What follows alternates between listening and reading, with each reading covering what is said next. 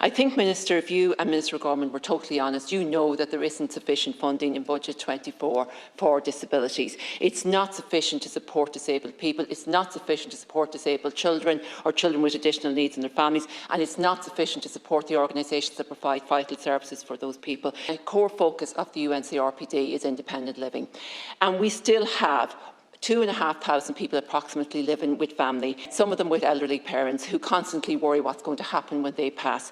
We've got about 1,300 young people under the age of 65 living in nursing homes and 2,000 plus still living in congregated settings. So, with respect, 100 residential places is not going to cut it. Many residential places are provided in response to emergency, and that's not fair on the individual because they're trying to deal maybe with the death or the serious illness of their parent or primary carer, and they often end up miles from family, maybe on a temporary measure in a respite centre, which has a knock-on effect then on respite services for other users, and we know that there aren't sufficient at the moment. The funding is barely covering the expenses as they had, never mind dealing with the extra inflationary costs of that.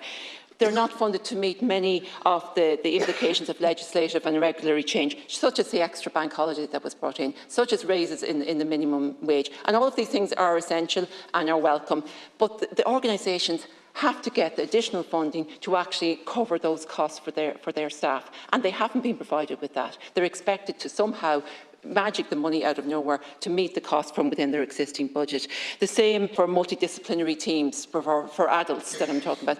Again, organisations are funding those services from within their budgets and they can't sustain that. The disability roadmap, you say it's going to be published next week. Minister, with due respect, you said that here in May.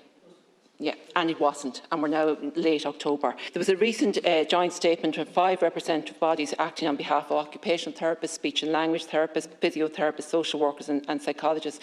And they have stated their concerns over safety, governance, risk management, career progression and the erosion of professional autonomy. So within the CDNTs, there's a lot of issues that I'm hoping this roadmap is going to deal with, because otherwise the CDNTs they're not working at the moment. They're completely understaffed, and it's nothing to do with the staff in those services. They're excellent staff, but they're not getting to do the job that they're employed to. All they're doing is trying to talk to families and deal with irate families who they totally understand why they're irate, because while children are not getting the services that they require, we are creating a further level of dependency that is only going to cost the state more in the years to come. There's not sufficient funding in the budget to meet all of the needs that have been outlined by my colleagues here this evening. Thank you.